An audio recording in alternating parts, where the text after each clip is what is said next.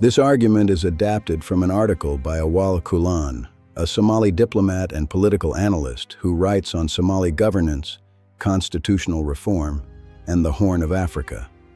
A child cannot be born before its mother. Somalia is now testing that proposition. Across history and across the world, political communities that have built durable states have followed a simple sequence. First, political consensus. The principal forces in society reach a basic agreement about how power is shared, contested, and constrained. Second, a constitution.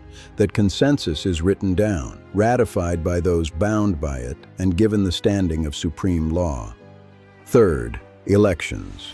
Within the rules the Constitution sets, citizens choose who governs them. The order is not arbitrary.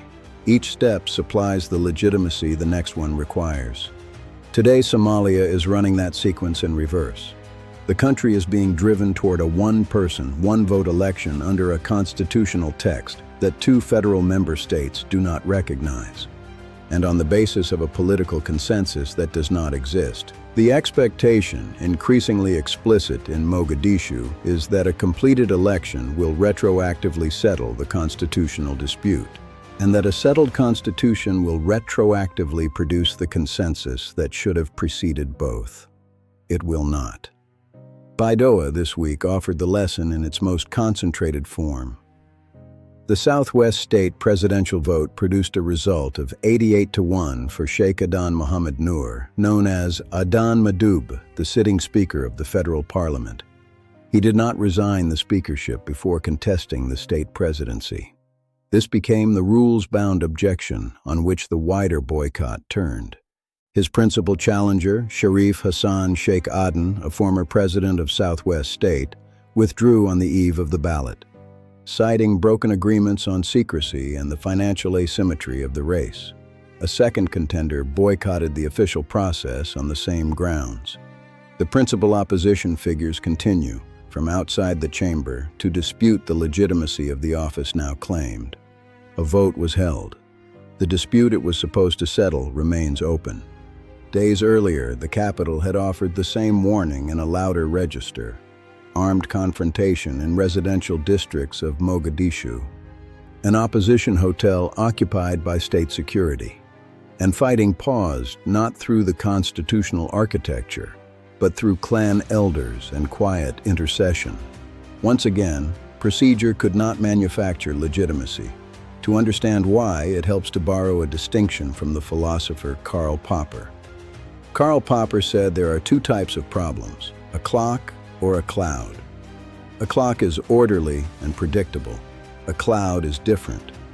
Its shape and movement exist only in the interplay of its parts.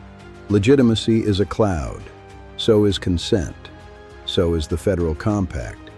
None of them can be scheduled into being like a clock repair. Yet successive administrations in Mogadishu have treated every cloud as if it were a clock. The federal record tells the same story. A constitutional finalization completed without the referendum that Chapter 15 of the Provisional Constitution requires. This was signed into law in March, producing two competing constitutional texts rather than one. Puntland withdrew recognition in 2024. Jubaland and Southwest have followed in practice. Presidential and parliamentary terms were extended from 4 to 5 years in the same package. A constitution ratified without a referendum substitutes the appearance of foundational law for foundational consent. It substitutes an appearance for a verdict.